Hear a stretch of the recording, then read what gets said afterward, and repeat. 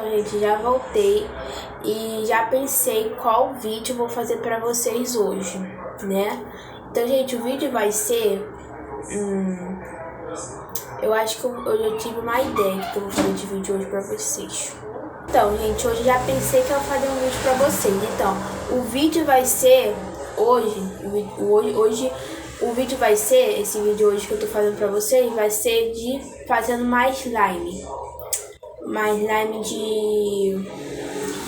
a não ser sem papel, né? Mais slime sem papel, porque eu tô cansada de fazer slime com papel, né? Eu vou fazer uma slime com cola e shampoo. Será que dá certo, gente? Eu nunca testei essa dica, né?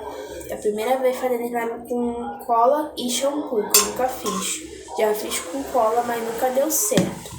Não sei se vai dar certo eu fazer a slime com cola com shampoo, né? Então, vamos lá. Primeiro, antes de começar esse vídeo, gente, eu quero que vocês deixem o like. E não pode mostrar o canal. Ó, eu quero que vocês deixem o like, se inscrevam no canal. Não, eu quero que vocês deixem o like, se inscrevam no canal Zé Mania. E bora lá pra esse vídeo. Gente, ignore meu cabelo, porque meu cabelo tá assim bagunçado, porque eu quero meu cabelo assim, né?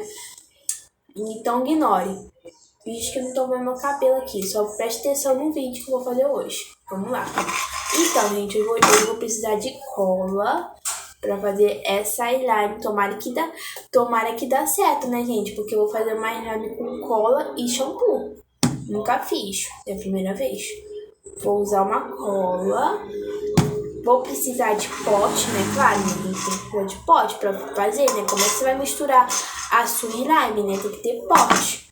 E se você não tiver cola, vocês também podem usar cola líquida ou cola tipo bastão. Se não tiver pote, pode fazer bastão na mão. Ou vocês também podem fazer...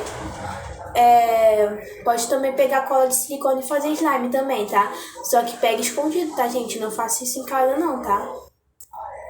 Não pega a cola da mãe de vocês, não pega o shampoo da mãe de vocês escondido não, porque eu só tô pegando porque a minha mãe deixou, porque senão ela não deixava não. Então tem que pedir com permissão, né?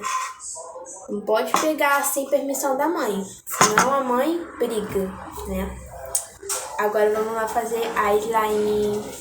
Vou fazer a parte 3, tá, gente? Não é só a parte... não é parte 1, não. Só a parte 3 até a parte 4, né? Eu acho. Gente, é alguma coisa assim. Vamos lá, né? Fazer nossa slime.